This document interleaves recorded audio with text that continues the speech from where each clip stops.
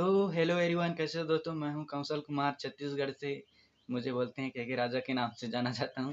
तो मैंने एक भाई ने मुझे चैलेंज दिया था कि भोजपुरी में एक सॉन्ग लिखो, तो मैंने एक सेट सॉन्ग लिखा है। तो मैं तो पहली बार लिखा हूँ भोजपुरी में, छत्तीसगढ़ी में लिखता हूँ, तो भोजपुरी भी बोलना उटपटांग लगता है थोड़ा सा। तो चलो गा कर देखते हैं, सेट सॉन्ग है भैया, तो चलो गाते हैं कैसे बना है। एक लाइक कर देना, सब्सक्राइब कर देना हमारे चैनल को, अच्छा लगेगा तो चलो गाते हैं भोजपुरी में।